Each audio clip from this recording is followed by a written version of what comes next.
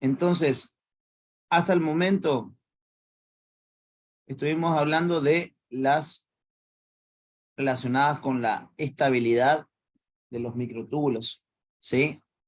Pasamos a hablar de otro grupo que son las secuestradoras. A ver, una célula fabrica las proteínas, ¿no? Recuerden que los microtúbulos están formados por proteínas llamadas tubulinas. Entonces, estas tubulinas se fabrican como proteínas que van a trabajar en el citoplasma, son residentes del citoplasma. Entonces, todos los elementos que van a ser del citoesqueleto, las proteínas que van a ser del citoesqueleto, se van a fabricar todas en ribosomas libres del citoplasma, ¿sí? Y nunca se van a dirigir hacia el RER, porque las proteínas del citoplasma se fabricaban, se iniciaba su fabricación y terminaba su fabricación en el citoplasma, ¿sí? O sea, por un proceso de importación post-traduccional. Cuando las proteínas se fabrican en el citoplasma, las tubulinas se asocian de a dos formando dímeros, las actinas permanecen como monómeros, y en el caso de los filamentos intermedios, las proteínas se asocian de a cuatro formando tetrámeros, ¿sí? Esos dímeros, esos monómeros y esos tetrámeros, en cada caso, quedan listos para usar en el citoplasma de la célula. Cuando la célula necesita formar microtúbulos, necesita formar filamentos de actina o necesita formar filamentos intermedios, esas proteínas ya quedan listas para ser utilizadas, ¿sí? Esa reserva de proteínas que ya está lista para utilizar, va a recibir el nombre de pool o reserva. Pool es P-O-O-L, ¿sí? Pool o reserva de proteínas. Siempre va a haber un pool o reserva de tubulinas, un pool o reserva de actina globular o actina G, y un pool de tetrámeros para formar filamentos intermedios, ¿sí? Pero no todo ese pool tiene que ser utilizado ya mismo. En el caso que una célula empieza a fabricar, vamos a suponer microtúbulos o filamentos de actina o filamentos intermedios, no todo ese pool tiene que ser utilizado. La célula siempre trata de guardarse una determinada cantidad de esas proteínas para casos especiales, ¿sí? Es como una especie de ahorro que puede hacer la célula guardando una cierta cantidad de estas proteínas para ser utilizados en momentos que sea necesario, ¿sí? Para ser utilizados en momentos que sean necesarios utilizarse. Bien. ¿Por qué les comento esto? Les comento esto porque justamente la célula tiene que tratar de guardarse una determinada cantidad de proteínas para casos especiales en los cuales los vaya a necesitar. Entonces, partiendo desde esa base, vamos a estudiar un poquitito el tema de las proteínas secuestradoras en este caso. Uno escucha la palabra secuestro y piensa en algo como algo malo, digamos, ¿sí? En realidad, este secuestro no es algo malo. Es justamente para garantizar de que una cierta cantidad de proteínas queden guardadas por las dudas por si llega a ser necesario utilizarlas en algún momento. Entonces acá entramos a hablar de la proteína secuestradora de los microtúbulos. Secuestradora de tubulinas en realidad, ¿sí? Porque lo que van a secuestrar van a ser a los dímeros de tubulina. Acá se puede ver un microtúbulo que está incorporando dímeros de tubulina, o sea que son dímeros en conformación T, ¿sí? Cuando algunos dímeros quieren ingresar al microtúbulo, va a aparecer la proteína secuestradora llamada estatmina. ¿sí? Esta proteína estadmina lo que hace básicamente es unirse a dímeros de tubulina, se une a dímeros de tubulina y les impide polimerizar. Esa es la acción de la estadmina. Se une a dímeros de tubulina y les impide polimerizar. Esa es la tarea fundamental que tiene que realizar la estadmina, ¿sí? Cuando ella está activa, esa es su tarea. Unirse a dímeros de tubulina e impedirles polimerizar, ¿sí? Pero si bien eso es lo que yo tendría que explicarles a ustedes, porque es lo que nos interesa, vamos a ver cómo se puede hacer uso de ese pool o reserva que está guardado por la estadmina. Porque la verdad es esa. Parte del pool que había se lo guarda para casos especiales en que sea necesario. Esa es la tarea de la estadmina. La estadmina,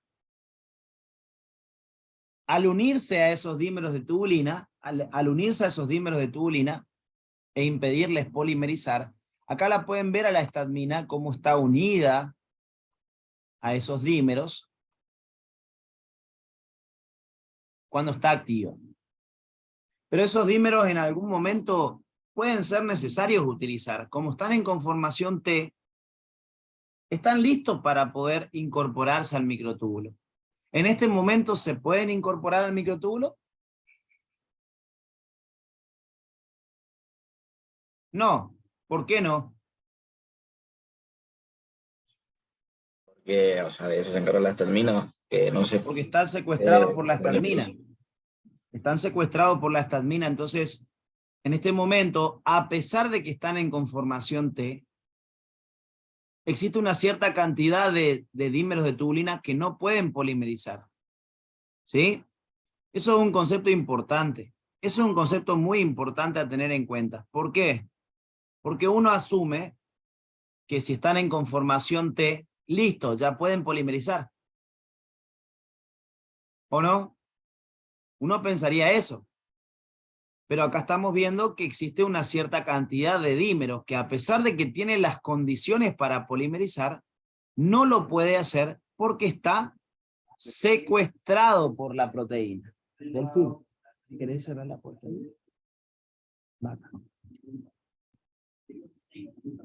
Entonces,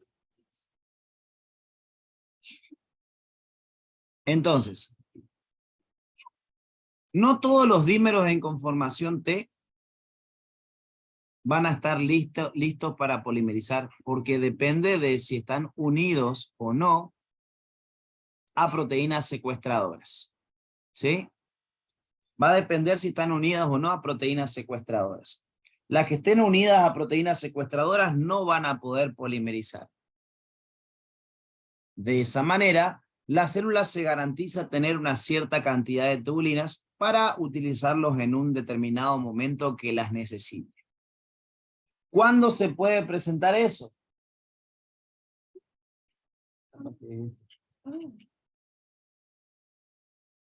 ¿Cuándo se puede presentar esto?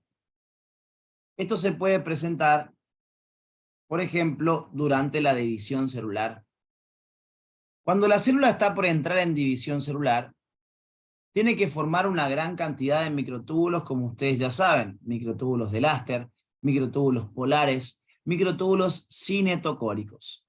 Un montón de microtúbulos que en un momento diferente a la división no están presentes. Entonces,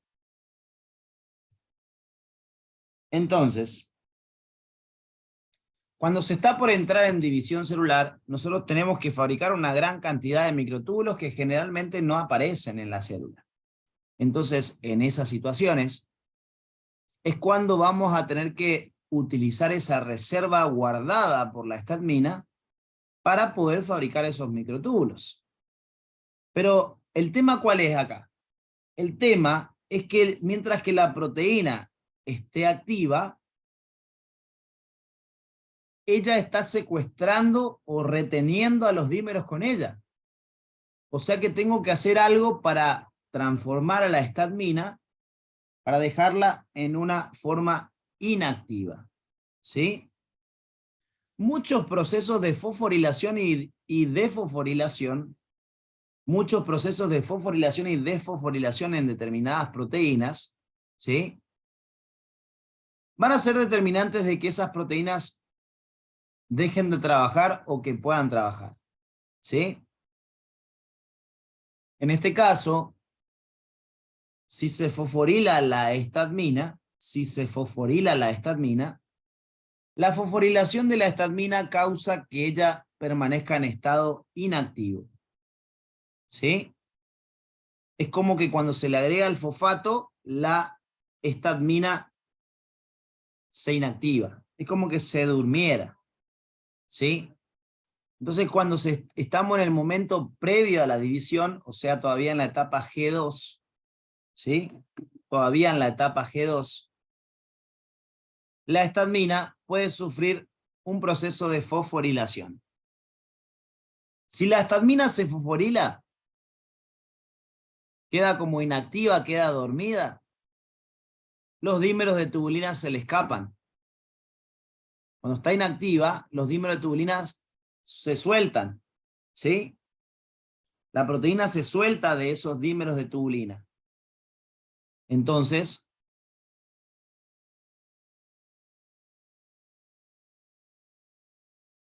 de esa manera, ahora esos dímeros que soltó la estadmina pueden ser utilizados para la formación del uso mitótico durante la división celular. Lo que vos me preguntás, Joaquín, recién lo estaba diciendo, ¿eh? Capaz que no me escuchaste en un momento, pero ¿con qué necesidad o para qué agarran los dímeros la estadmina? Para guardarse una determinada cantidad de tubulinas por si llega a ser necesario utilizarlos en algún momento.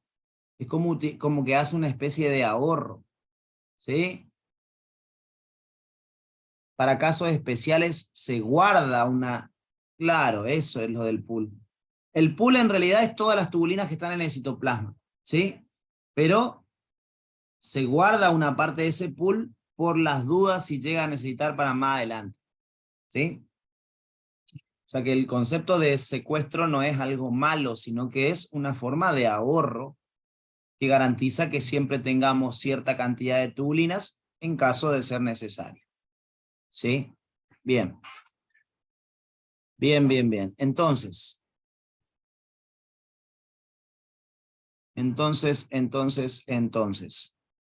¿qué vamos a tener acá? Esperen que se me corrió toda la pantalla.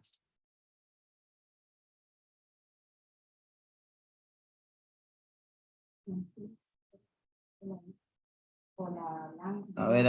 Esperen que la ventana con las cámaras se me fue a la miércoles.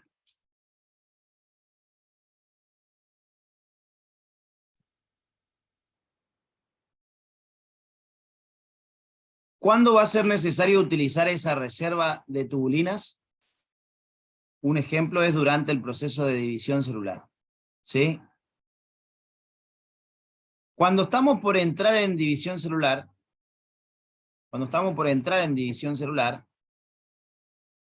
la estadmina que hasta ese momento estaba activa pasa a estar en forma inactiva. ¿Cómo se la inactiva a la estadmina? A ver, díganme ustedes. Con una enzima que tiene un grupo fosfato. Una enzima le agrega un grupo fosfato, ¿sí?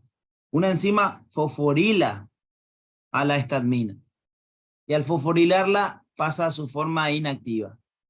Y cuando está en su forma inactiva, los dímeros de tubulina se sueltan y de esa manera ahora están libres. Y al estar libres, pueden ¿qué?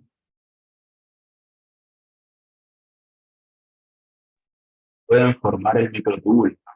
Pueden formar Favorecen. túbulos, pueden formar el uso mitótico. Entonces se forma el uso mitótico, se produce la división celular, ¿sí? Pero cuando la división celular termina, yo tengo que tratar de quitarle ese fosfato a la estadmina. Me interesa que me digan algo. ¿En qué momento está activa y en qué momento está inactiva la estadmina? Díganme eso, por favor. Cuando está fosforilada o cuando está desfosforilada, díganme en qué caso está activa y en qué caso está inactiva. Inactiva cuando está Fosforilada. desfosforilada y inactiva cuando está fosforilada. Exacto. Activa cuando está desfosforilada, activa cuando está desfosforilada, inactiva cuando está fosforilada. Activa cuando está desfosforilada, inactiva cuando está fosforilada. Bien. Tenemos que volver hasta este momento, todavía estaba inactiva. Si yo la quiero volver a activar a la estadmina, tengo que quitarle el fosfato. Tengo que desfosforilarla. Entonces, cuando finaliza la división celular, una enzima, así como hubo una enzima que la fosforiló, ahora va a haber una enzima que la va a desfosforilar. Y al desfosforilarla, la estadmina pasa a estar nuevamente en forma activa. ¿Sí? Y si está en forma activa, ¿qué vuelve a hacer?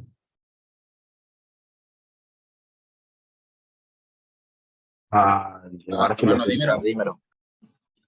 Vuelve a secuestrar dímeros e impedirles ¿qué cosa? La polimerización. La polimerización. Exactamente.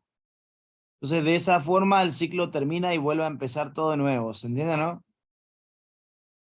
La estadmina es una proteína que permanece generalmente activa, pero que se inactiva en determinados casos para que esa reserva de tubulinas que guardó puedan soltarse y ser utilizadas como en el proceso de división celular. ¿Se entendió la función de la estadmina acá? Todo este ciclo.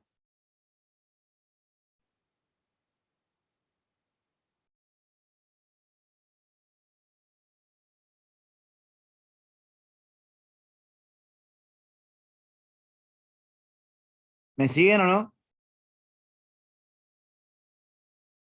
Bien. Pero puede pasar, esto le suelen comentar, le suelen comentar y hay que tenerlo presente.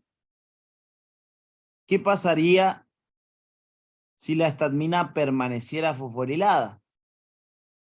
Si a la estadmina nunca le quitamos el fosfato, ella permanece inactiva. Y al permanecer inactiva, no puede volver a secuestrar. Entonces, cuando se forma el uso mitótico, cuando termina la división, el uso mitótico se desarmaría. ¿Pero qué pasaría? Los dímeros de tubulina irían al citoplasma a recambiar su GDP por un nuevo GTP y volverían a formar uso mitótico. Habría otra división celular. El uso mitótico se vuelve a desarmar y las tubulinas van de nuevo al citoplasma a recambiar su GDP por un nuevo GTP. Y al estar en conformación T de nuevo, las tubulinas volverían a polimerizar y formar uso mitótico. Eso no es normal. Eso no es normal. Que haya una división celular tras otra no es algo normal. Entonces, ese sería el efecto de que la estadmina permanezca inactiva. Se daría lugar a una serie de divisiones sucesivas si la estadmina permaneciera inactiva. Se daría lugar a una serie de divisiones celulares sucesivas, recurrentes, una tras otra, que es algo característico del proceso de los tumores. ¿Sí? Entonces, eso va a dar origen a la división sin control característica de un tumor, ¿sí? Entonces, es importante que se desfosforile la estadmina. Es importante su función de secuestradora, porque de esa manera, al retener esas tubulinas, ella está evitando que se forme uso mitótico en todo momento y que se produzcan divisiones celulares sin control.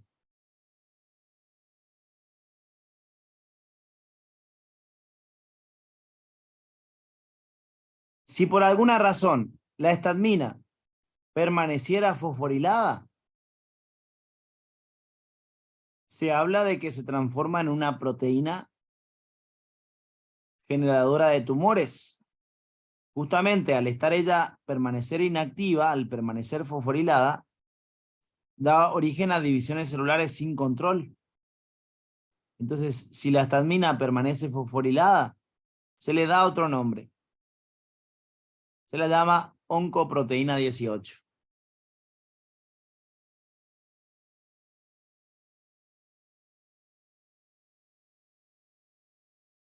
Oncoproteína 18.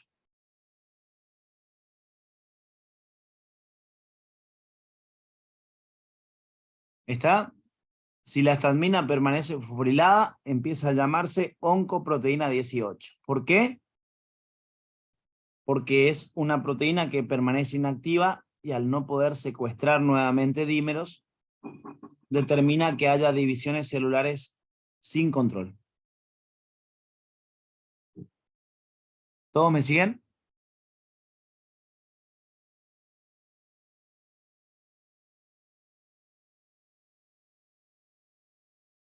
Sí, profe. ¿Puedes repetir el nombre? Oncoproteína 18. Acá está. Oncoproteína 18. Onco hace referencia a tumor.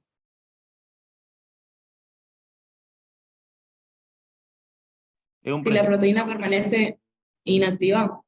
Eso es cuando permanece fosforilada, cuando permanece inactiva. Eso es para nombrar la importancia de que se desfosforile, ¿se entiende, no? Esa es la importancia del comentario.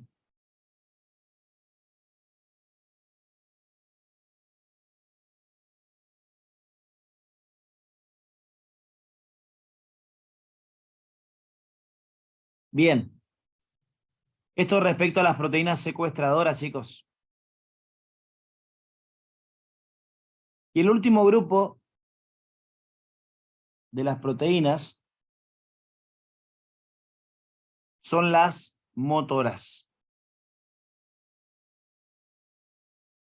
¿Dónde les parece que tienen que aparecer las formadoras de haces, las estabilizadoras? ¿En qué estructuras de microtúbulos pondrían estas?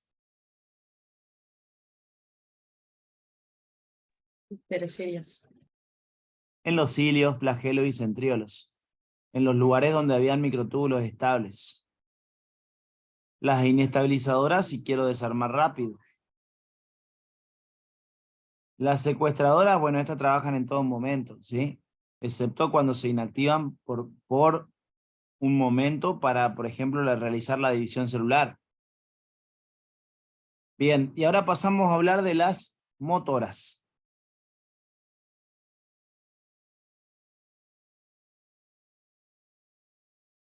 Motoras, ¿sí?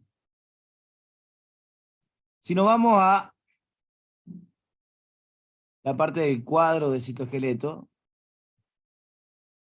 de las funciones de los 3 elementos del citoesqueleto, acá podemos ver mantenimiento de la forma celular, algo que realizan los 3 componentes, mantenimiento de la polaridad celular, importante para el posicionamiento de organoides dentro de la célula. El centrosoma que ustedes estudiaron es el verdadero responsable del posicionamiento de cada organoide dentro de la célula. Cilio, flagelo y centriolo ya lo estudiamos. Transporte axonal anterógrado y retrógrado también. En este proceso, en el transporte axonal anterógrado y retrógrado, trabajan nuestras proteínas motoras. En el transporte axonal anterógrado y retrógrado trabajan las proteínas motoras.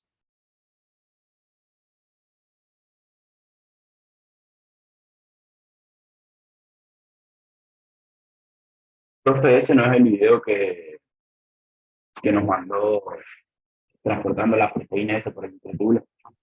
Exactamente. Estas son las proteínas que se movilizan sobre los microtúbulos. Exactamente. Cuando yo les di, chicos, cuando yo les di transporte axonal anterógrado y retrógrado, ¿desde dónde a dónde iba cada uno?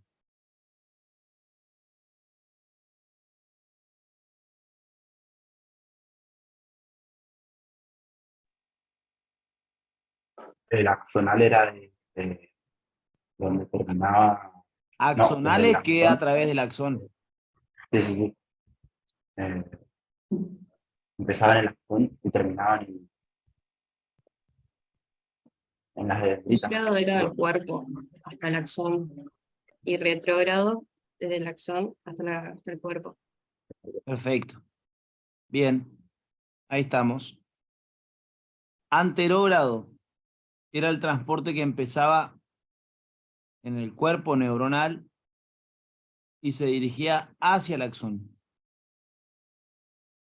Y retrógrado era el transporte que empezaba en el axón y se dirigía hacia el cuerpo neuronal. Si una célula tiene que fabricar neurotransmisores, chicos, si una proteína tiene que fabricar neurotransmisores en este sector y trasladarlos hasta acá, ¿qué transporte utiliza? Anterógrado. Anterógrado.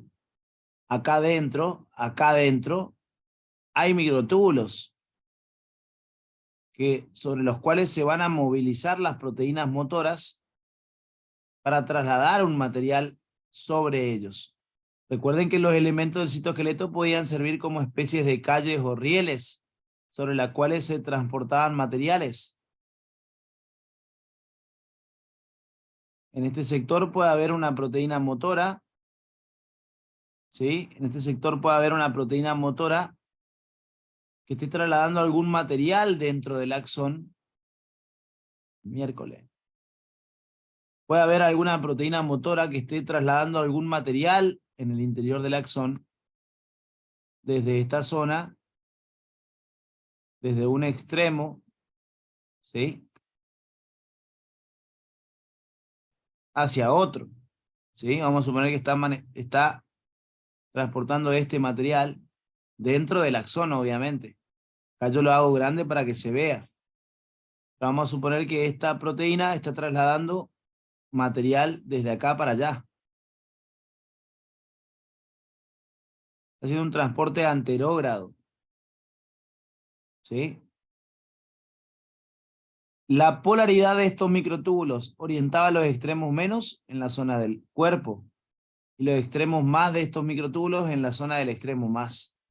Perdón, en la zona del axón. El extremo más en la zona del axón. Entonces, si yo quiero hacer un transporte anterógrado, voy a tener que utilizar una proteína relacionada con los microtúbulos que se mueva hacia el extremo más. Y si quiero usar una proteína motora que se mueva desde el axón hacia el cuerpo neuronal, voy a tener que utilizar una proteína motora que camine hacia qué extremo. Desde la zona del cuerpo. Desde el axón hacia el cuerpo. ¿Hacia qué extremo se tiene que mover la proteína? Hacia el extremo más. ¿Cómo? Menos. Desde el extremo más hasta el extremo menos. Desde el extremo más y el extremo menos. O sea que tiene que caminar en dirección hacia menos. ¿Sí? Justamente, siempre las proteínas motoras tienen un extremo hacia el cual se mueven. ¿Sí? o hacia el extremo más o hacia el extremo menos. En el caso de los microtúbulos, si quiero hacer un transporte anterógrado, tiene que ir en dirección al extremo más, porque el extremo más de los microtúbulos están en la zona del axón. Si quiero hacer un transporte axonal retrógrado, tengo que moverme desde el extremo más hacia dirección al extremo menos.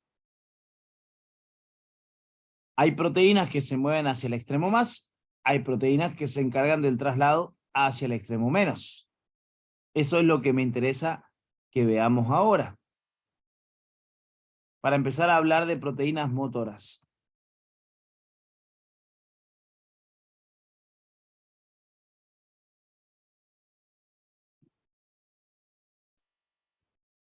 Bien. Tenemos que aprender las diferencias entre una familia y la otra de las proteínas motoras. Por lo menos eso tenemos que hacer por hoy. Hay dos familias de proteínas motoras. Una familia se va a llamar quinesina o cinesina. La otra familia de proteínas motoras se van a llamar dineínas.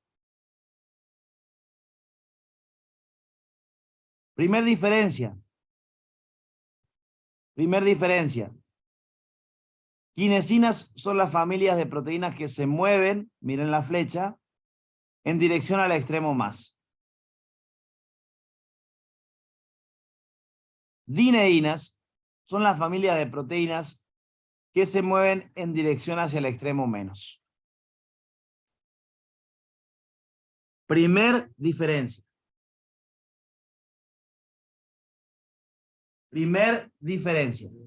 ¿Sí? Primer diferencia.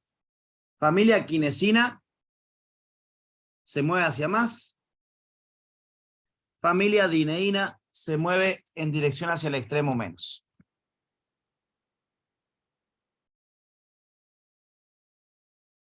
Bien. Como estamos hablando de familias de proteínas motoras, como estamos hablando de familias de proteínas motoras, al ser motoras, van a ejecutar un determinado movimiento. Se van a poder mover dentro de la célula.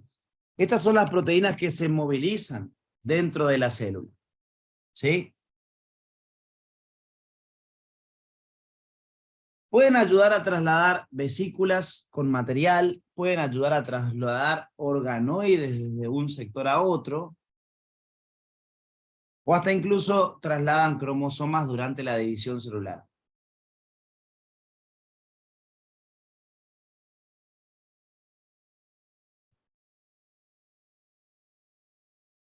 ¿Qué otra cosa tienen en común, aparte de ser familias de las proteínas motoras y trasladar distintos tipos de materiales y que una se mueva hacia un extremo y la otra hacia el otro? ¿Qué otra similitud o diferencia podemos encontrar acá?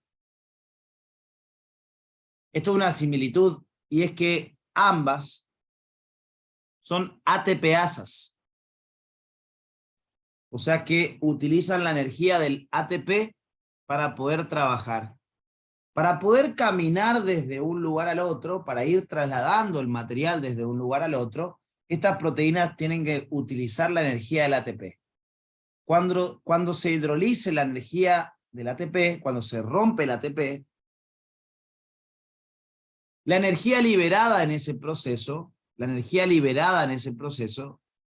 la que se utiliza para la movilización de la proteína.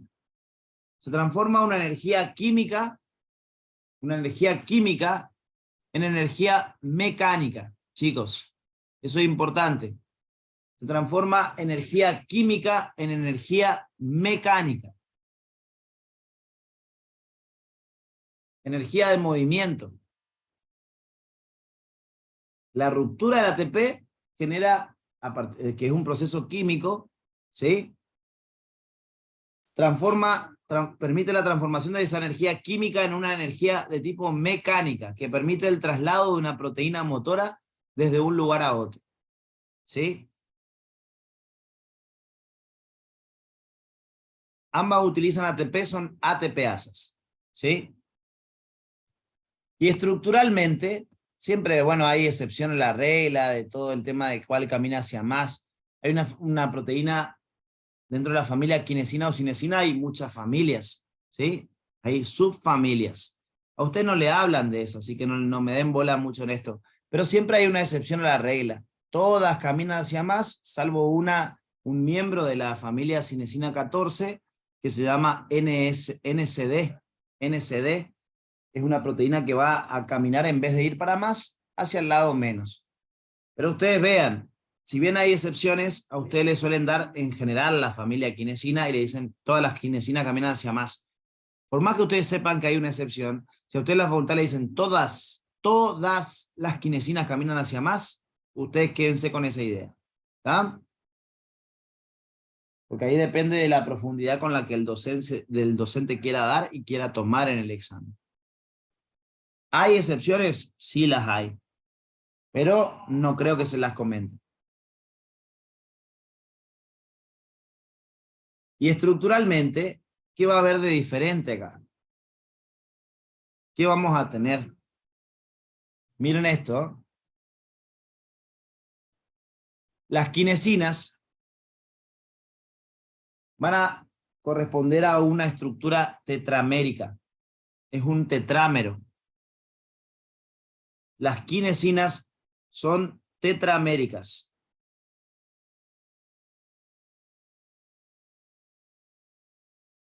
Porque tienen dos cadenas de proteínas que se llaman cadenas pesadas y dos cadenas de proteínas que se llaman cadenas livianas. ¿Sí? Dos cadenas pesadas y dos cadenas livianas o ligeras van a constituir la proteína de tipo quinesina.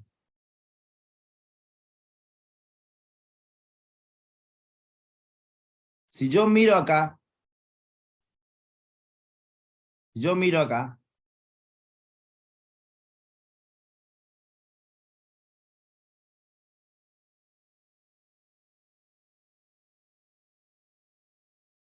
miren esto, las dos que están en color verde acá son las cadenas livianas o ligeras. Esas son las cadenas livianas o ligeras. Todo lo que ven del resto son las cadenas pesadas. Miren lo que voy a marcar como cadena pesada. Presten atención. Tanto esto como todo esto sería una cadena pesada. Y esta otra es la otra cadena pesada.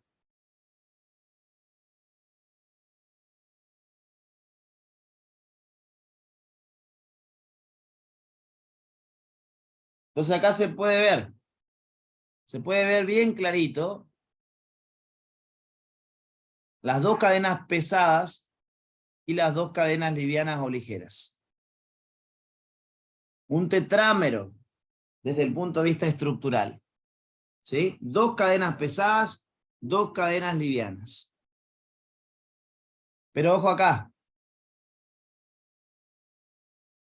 Si ustedes ven acá la cadena pesada, una cadena pesada, ¿cómo va a estar constituida? Atentos a esto, ¿no? Una cadena pesada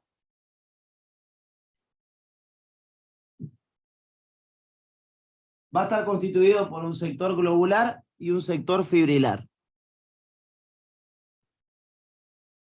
Una cadena pesada va a estar constituido por un sector globular y un sector fibrilar o fibroso. No sé si lo distinguen acá. Voy a pintar en bordeaux todo lo que sea el sector globular. Sector globular sería esto, de la cadena pesada. Y en celeste les pinto el sector fibrilar o fibroso. Todo esto sería el sector fibrilar o fibroso de la cadena pesada. Ahí marqué una cadena pesada, con su segmento globular y con su segmento fibrilar o fibroso.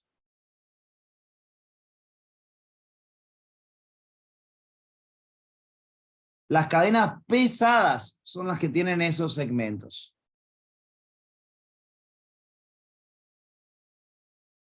El sector globular de la cadena pesada es el que tiene actividad de ATPase. El sector globular de la cadena pesada es el que tiene funcionalidad de ATPase. ¿Sí? Se lo suele llamar, en el nombre es medio confuso con lo que realmente hace, ¿sí? Se la suele llamar al sector globular, se la suele llamar cabeza, ¿sí? Préndame un ratito las cámaras, por favor, ¿eh? Ya vamos a terminar enseguida, pero préndame las cámaras porque si no me aburro. Me da ganas de irme. Los que tengan la camiseta de River apaguen nomás la cámara porque... Supongo que le hagan a irse, profe, no, acá entonces. Tomás, me caía tan bien, boludo, hasta el momento. Qué bárbaro. Qué bueno, profe. Cómo uno se desilusiona de golpe, boludo. Qué bárbaro. Me dolió más que la quemadura de hoy, te digo. Bien. Se cayó un ídolo, profe. Se cayó un ídolo, qué bárbaro. Entonces, fíjense, ¿eh? Fíjense. Dos cadenas pesadas, dos cadenas livianas o ligeras. La cadena pesada tiene un sector globular y un sector fibrilar o fibroso. El sector globular, también llamado cabeza, el sector globular, también llamado cabeza, es el que tiene actividad de ATPase. ¿Está? El sector globular o cabeza es el que tiene actividad de ATPase. O sea que va a tener la capacidad de romper ATP, hidrolizar ATP.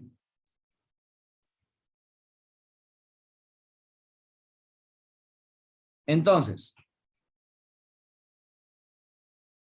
en el nombre desde el punto de vista biológico, a ese sector globular se la llama cabeza. ¿Sí? Pero en realidad, si ustedes ven la tarea que realiza en la célula, si le quisiéramos buscar como una similitud con algo, ¿sí?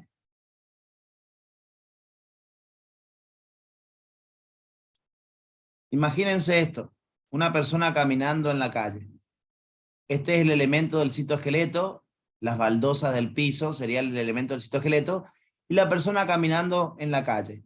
En este caso le puse el extremo menos acá y acá el extremo más. O sea que si esta fuera una proteína motora, ¿de qué familia sería? De los microtúbulos. De las direinas. De las dineínas. Uno ve y nosotros caminamos con los pies, ¿no? Obviamente. Camina con los pies. En la proteína está como al revés esto. Al sector que va caminando, entre comillas, al sector que va como caminando o avanzando sobre el elemento del citoesqueleto, no se lo llama pie. Estos sectores que acá son los pies, ¿sí? En la proteína motora viene a ser la cabeza. En la proteína motora viene a ser la cabeza. Cuando ustedes vieron el video de la proteína motora caminando sobre el microtúbulo, justamente que era de la familia quinesina, se la va a ver moviendo sus cabezas globulares sobre el microtúbulo.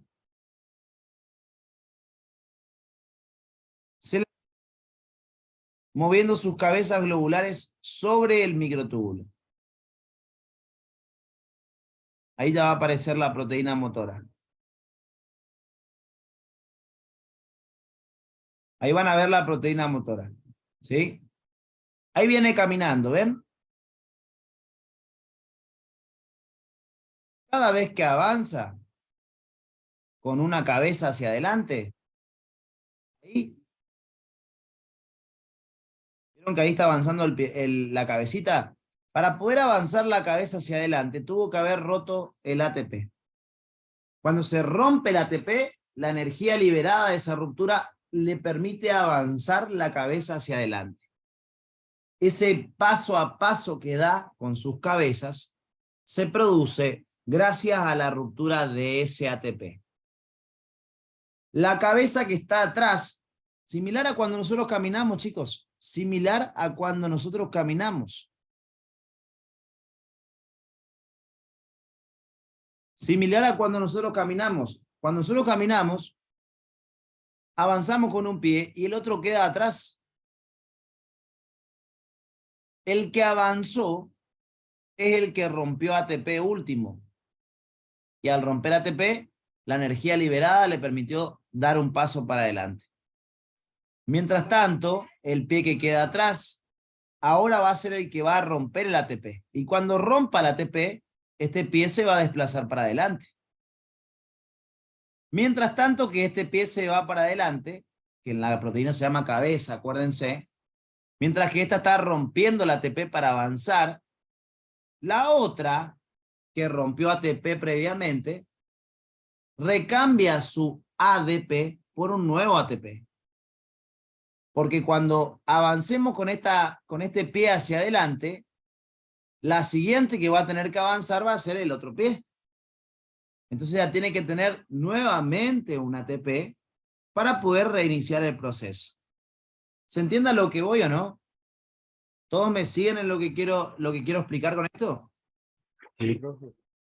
Bien. Gastan mucho, entonces no, profe. ¿Cómo? Que gastan mucho. Gastan mucha energía. Cada paso que vos ves que da la proteína es un gasto de ATP. O sea que realmente se gasta mucha energía para poder trasladar materiales dentro de una célula. Es un proceso que gasta energía. Le puse esta personita para que vean que acá nosotros caminamos con los pies. Pero el equivalente a los pies en una proteína, ¿qué es? La zona globular. La zona globular que se llama ¿cómo? Cabeza. Cabeza. Cabeza. ¿Sí? Entonces, la cadena pesada tiene un sector globular o cabeza que tiene actividad de ATPasa, que es la que realmente va a tener función motora, porque el sector globular es el que permite a la proteína desplazarse desde un lugar al otro. Sin ese sector globular, la proteína no sería motora. El verdadero sector motor de la proteína es la cabeza, porque es donde se produce la ruptura de la energía que se va a utilizar para poder movilizar a la proteína. ¿Está? El sector fibrilar o fibroso,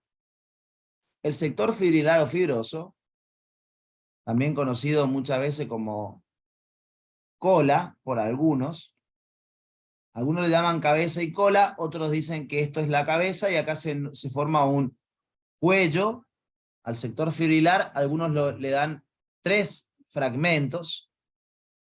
El sector inmediatamente cercano a la cabeza se llama cuello, ¿sí? El sector siguiente se llama tallo o cuerpo y finaliza por la cola, ¿sí? Generalmente le dicen sector globular y sector fibrilar o fibroso por los aspectos que tienen. Pero si la facultad se quiere poner un poco más detallista en esto, ¿sí? El sector globular se llama cabeza y el sector fibrilar se divide en 3 segmentos: cuello, tallo o cuerpo y la cola. ¿Me van siguiendo en esto? Lo más probable es que le digan sector globular y sector fibrilar, pero si les llegan a dividir el sector fibrilar en subsegmentos, esos son los que les comentaba recién.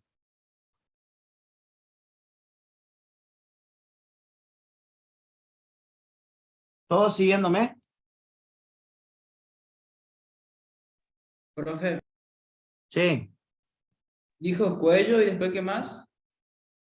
Cuello, tallo, cuerpo y cola.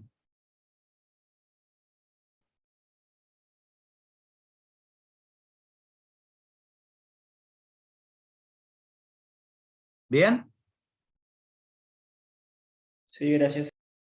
Bien.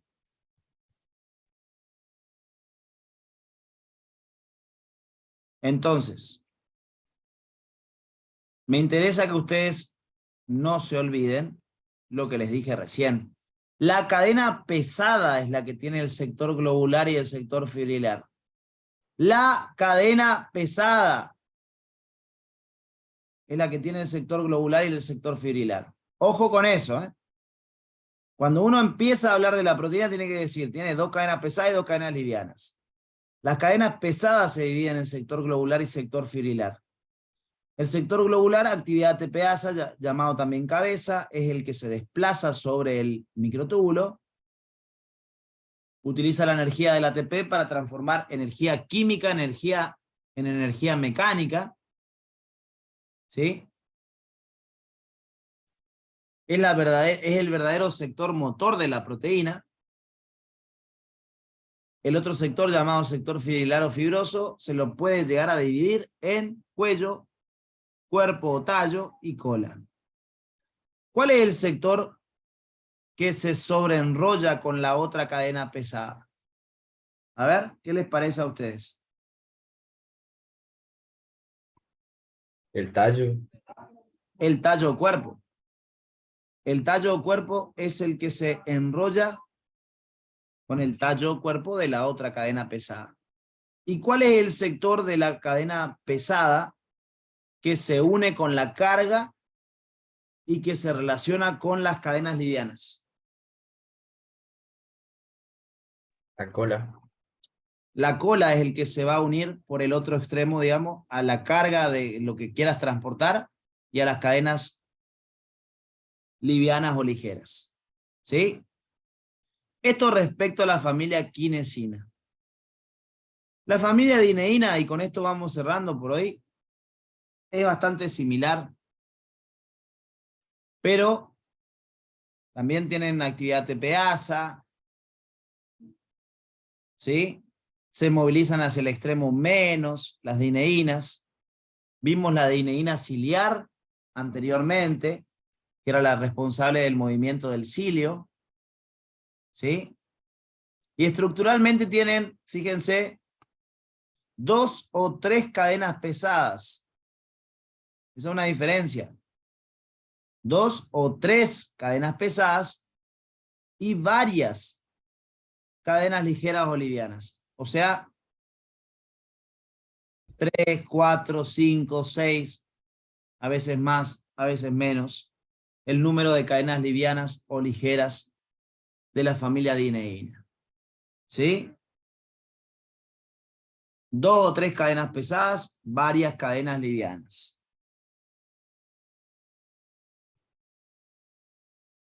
¿Vamos hasta acá?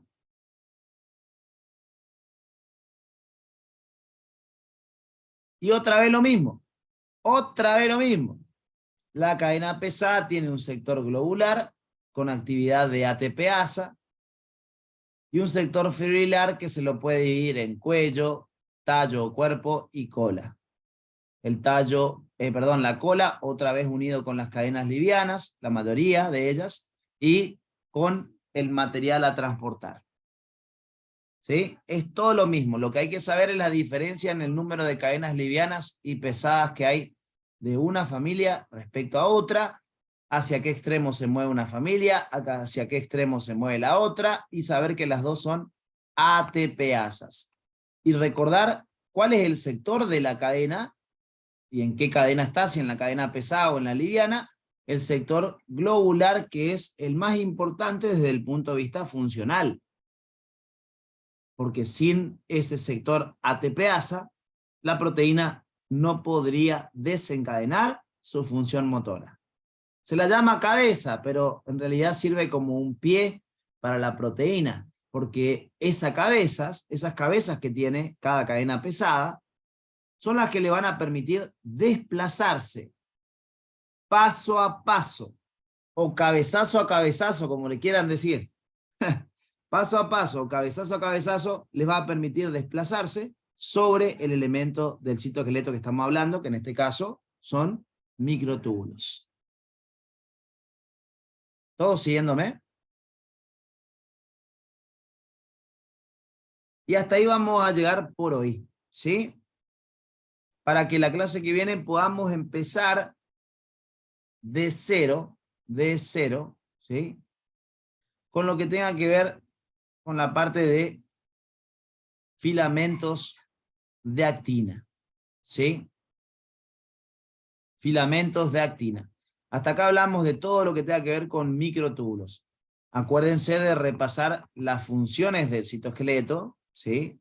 En la parte de microtúbulos. Acá está lo del transporte de vesículas y organoides, que son las proteínas motoras justamente las que se encargan de realizar eso, ¿sí?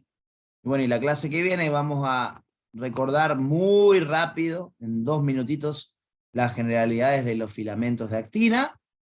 Y una vez que recordemos todo esto, que ya estaría bueno que ya lo repasen, también van a ver en unos videos que les subí en el grupo de noviembre, que no había visto proteínas, les subí unos videos de proteínas relacionados con microtúbulos, y también les habla un poco de proteínas relacionadas con los filamentos de actina, así que si ya pueden ir viendo esos videos, como para ir adelantando, ya les va a resultar mucho más fácil cuando yo les explique en las siguientes clases las proteínas vinculadas con actina, o sea, las ABP. Van a ver, e incluso en los videos que les subí, se mete un poco en la parte de tejido muscular, así que está bueno si lo pueden ver, por favor.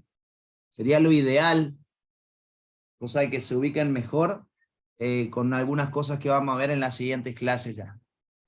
Clase que viene, entonces, generalidades de actina de nuevo, y nos metemos en la carpeta de actina, donde vamos a empezar a ver cómo se forma un filamento de actina en primer momento.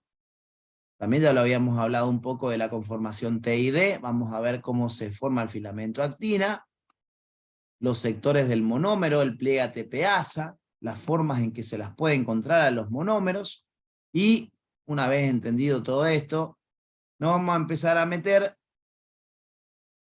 un poco en las etapas del proceso in vivo e in vitro para, ¿está bien dicho, para la polimerización? No, ¿Cómo se dice? Ensamblaje. Está. ensamblaje. Ensamblaje, bien, papacho. Entonces, eso vamos a meternos en la clase siguiente, ¿sí? El mismo orden que seguimos con los microtúbulos, lo vamos a aplicar ahora a filamentos de actina, ¿sí? Importante que ustedes vayan estudiando a la par. Si ustedes van bien con microtúbulos, filamento de actina le va a resultar una pavada, ¿sí? Es un tema ideal para el cuadrito comparativo. Así que yo con ustedes me voy, hago pichí, caca, y después me pongo a hacer un cuadro comparativo de microtúbulo y filamento de actina. Son los dos más importantes del citoesqueleto que les toman en el examen. Filamento intermedio muy poquito lo van a tomar, ya les voy a comentar lo que es importante saber, pero microtúbulo y filamento de actina, full, full, full, porque son bastante parecidos. ¿Está? Así que bueno, con eso vamos terminando por hoy. ¿Dónde dijo que están los videos? En el grupo de noviembre, ¿eh? El grupo de noviembre, en la carpeta de generalidades, le agregué algunos videos, son 3 videos por ahí, son 3 o 4 videos creo, pero ya le había agregado un par antes, ahora le agregué otro par, que es relacionado con proteínas de citoesqueleto, tanto de microtúbulos, como de también un poco de filamentos de actina, y se mete a hablar un poco de tejido muscular. Son unos videos que ya di con el grupo de junio, ¿sí? Pero si ya los ven, van a estar más orientados para las siguientes clases como ellos, ¿sí? Ellos dieron unas cositas de más, obviamente, igual algunas cosas los de noviembre dieron también de más, porque por ahí se me chispotean los cables y ya me pierdo con qué día en cada grupo, pero es como para que ya tengan ablandado un poquito lo que vamos a ver en las siguientes clases, ¿sí? Bueno, voy cortando el video entonces.